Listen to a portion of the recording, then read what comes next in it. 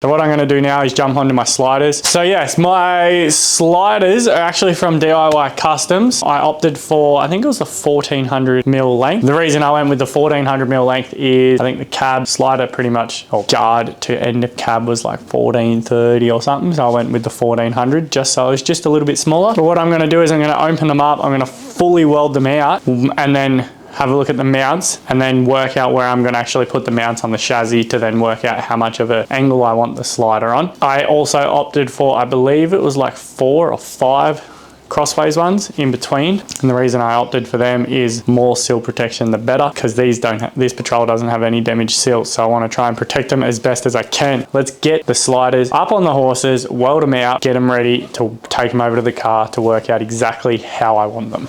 Proudly supported by King Chrome, Outback Tourer, Tyre Power, Tuggeranong, Belcon and Queanbeyan and Ulladulla, Spares Box, Just Race Parts, Steady and GME. Kniff, kniff, kniff, kniff, kniff, kniff. So if you look here, they've actually already got all the pre-cut ends on them, pre-notches, everything. So it's like a jigsaw puzzle, and I'm just going to go weld them all together.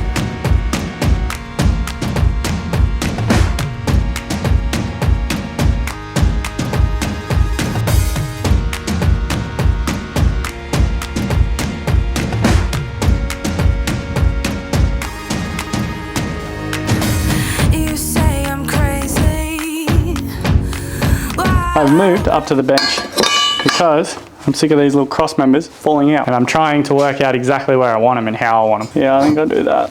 I follow the same direction the car going, so if a stick, I've had a stick happen before. First trip I did in the 80 when I chopped it, after I put new sliders on it. Obviously I got the angle up, and then I had them directional. They were closer to the back of the car than the front, if that makes sense. I'll explain in a minute on this, but what happened was it flicked a stick up, and because it was that direction, it pushed it straight up into my sill. I'm thinking if I face in the opposite direction, closer to that, it's probably going to catch regardless, I think. I don't think it's really going to matter which way they go. A lot of math going on here. Let me just get my square. What I did is this furthest one here, I got with the bend line on the start of it, and then this last one over here, I got on the bend line, but on the opposite side of it. So I'm just treating this area as a giant rectangle, and I'm not letting any of these crossways go past the edges. Then I'll work it all out, because it adjusted my mount by 15mm on this last one, which means then I need to measure out that point to that point, then work out the rest of these ones in here. So I have a total of 855, so half of 855 becomes 425, 427, which is right there. So I move this one like 2 or 3mm there and there, which then half of 427 becomes 210, 213. About there, and that one goes to there now, and then that mount goes to there. All right, let's do some welding. Hell yeah.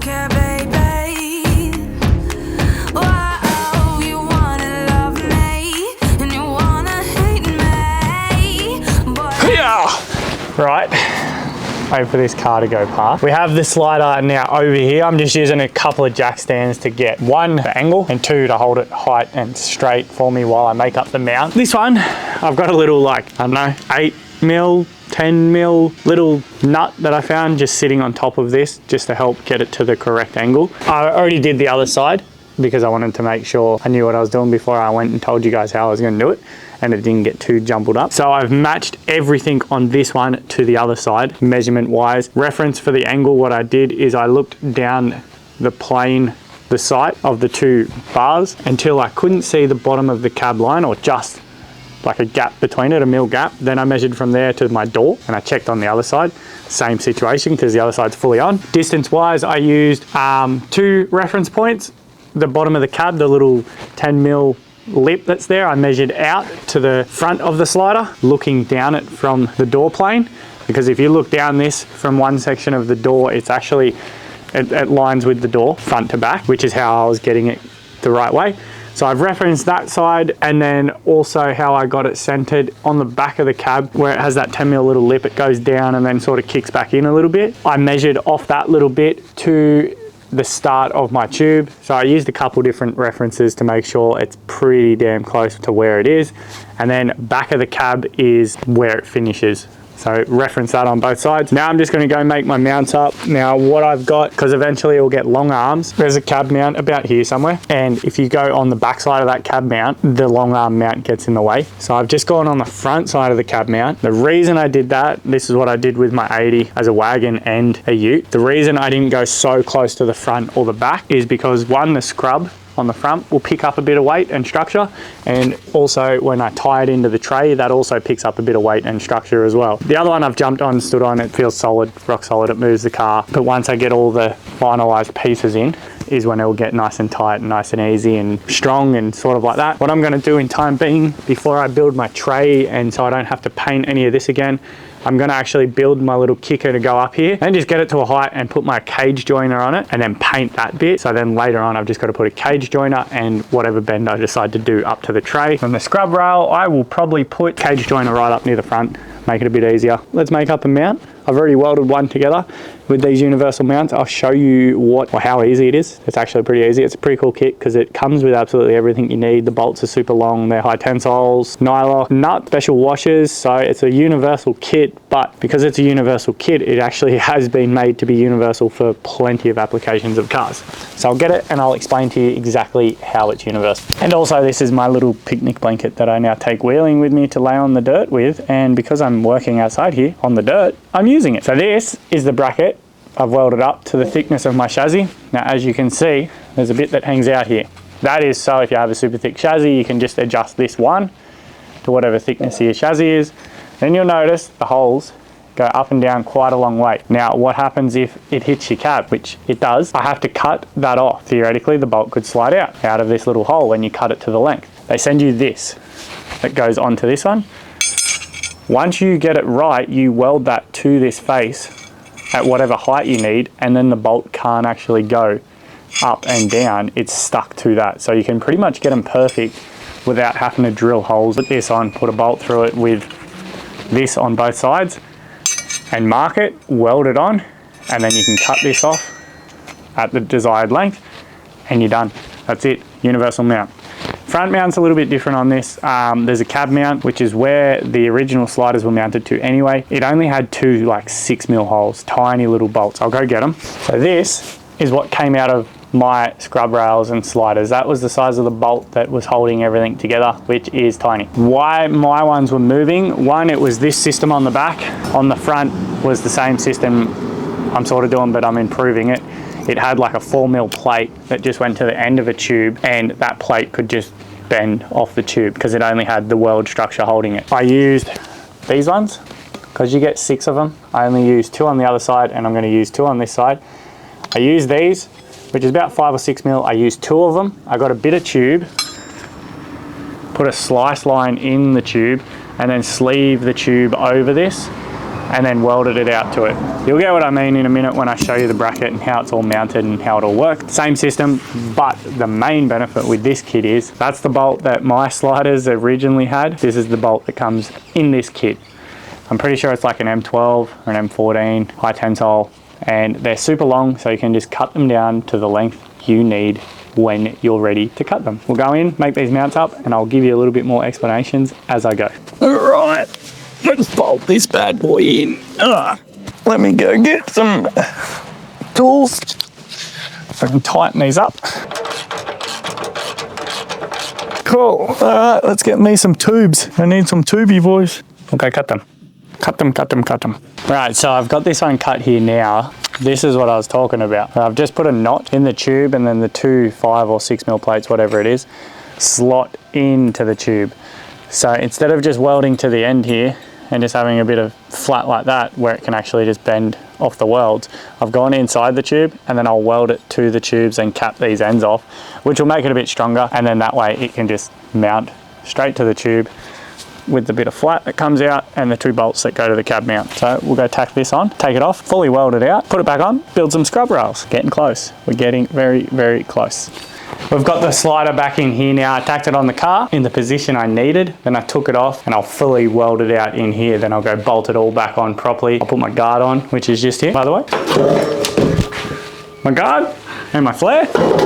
Bolt the guard on, bolt the slider on, bolt the bull bar on, then we can build some scrub rails. I will give you a close-up look on this little one that I was talking about, how I notch it in and how it sits. Once it's fully welded out, I'll show you exactly what I mean. Then you'll understand what I mean by the strength difference between what the old one had and this one has. We've just welded the 2 plates together on top, so there's sort of no like seam where water can get in between them. I just got to put a little plate here. That there should be way stronger than actually just welding a plate off the end here and just relying on that little weld, where at least this one's inside that, so it's got to bend the tube and this total thickness, which I'll measure this thickness now and let you know how thick it is. Going off this, it is a total of 10 mil. So it's got to bend 10 mil thickness plus the 3 odd mil thickness of tube in order to be able to bend or move this slider. All right, don't be an asshole, just go on nice and easy.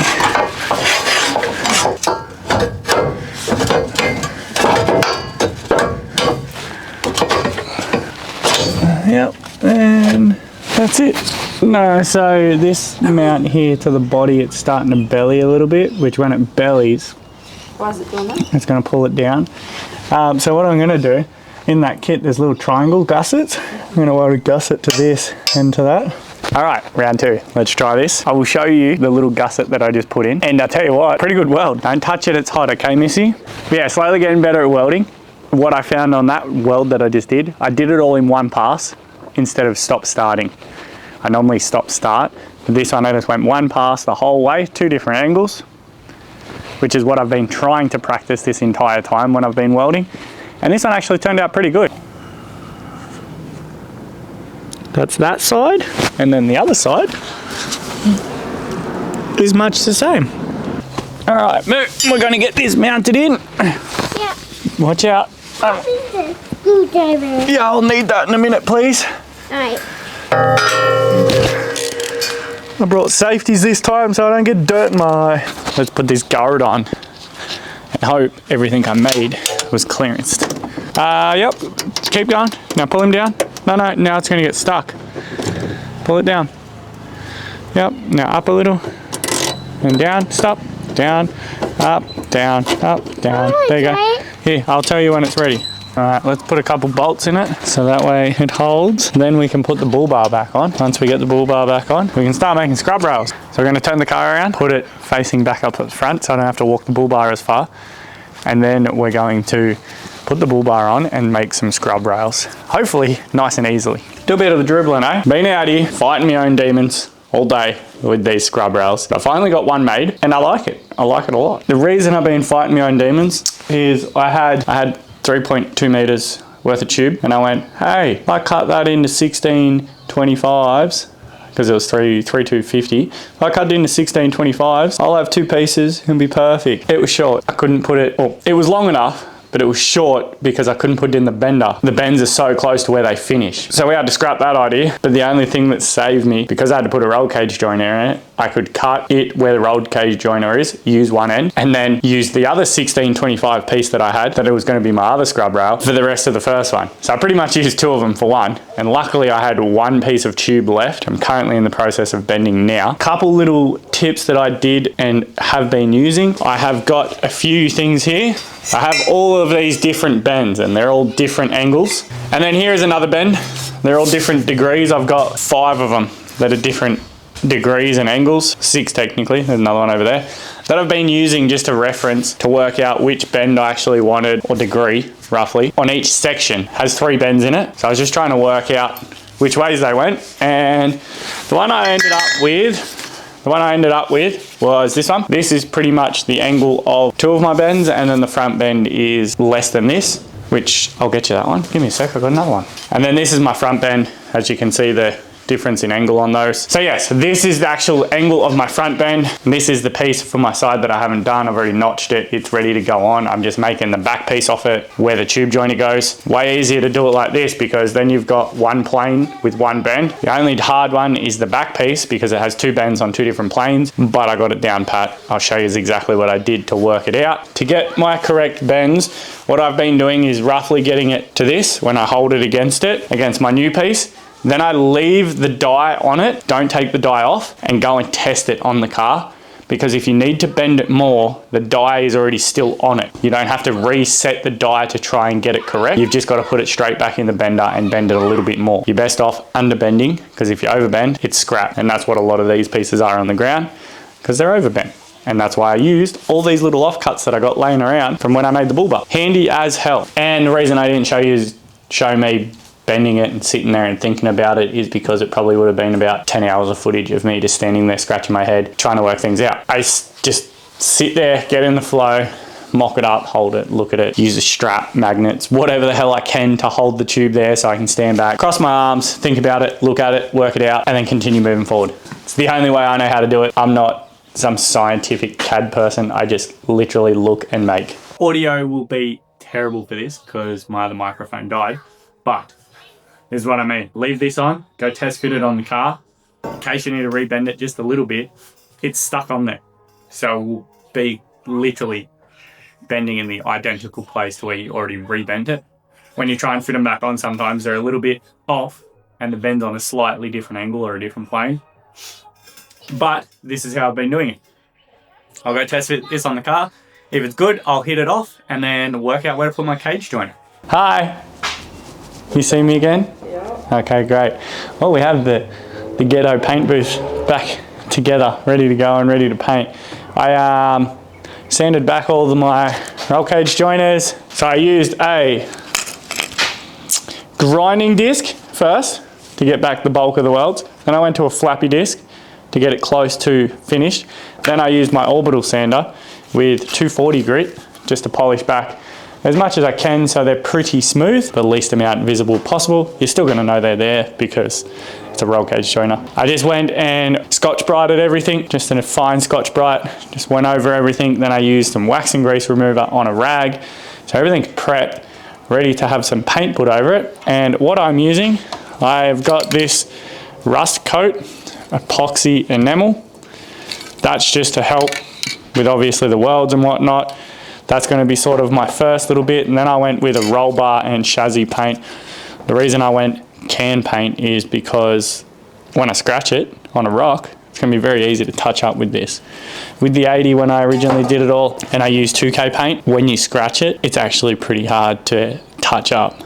So I went for an easy option, for an easy touch up, and also a cheap option compared to 2K paint. You spend a lot of money on 2K paint and then you go hit a rock with it and scratch the shit out of it, and it's rubbish. So I just went with can paint.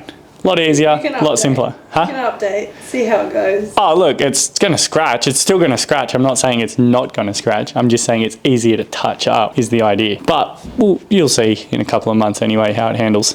So I'm gonna go and hit it with my rust coat first, the epoxy, and then go and hit it with my roll bar and chassis paint, let it dry, and start prepping body panels. But that will be a different episode. Paint, they were $22 a can or something roughly. I think it was around that. I got 5 cans of roll bar and chassis. I'd rather have heaps, and if I don't have enough, I'm probably gonna hate myself because then I'm gonna have to go to the shop again. And I got 4 of the epoxy rust coat, and they were about the same, about 20 bucks. It's the same brand. It was a lot cheaper for me because I had heaps of points at Repco. So I redeemed my points, and at Repco I spent $2. That's boy math, right? Yeah, boy math. $2 worth of paint right there. And then I had to go get 3 from Napa, and that cost me $66. So theoretically it cost me $68 for all of these paint tins right here.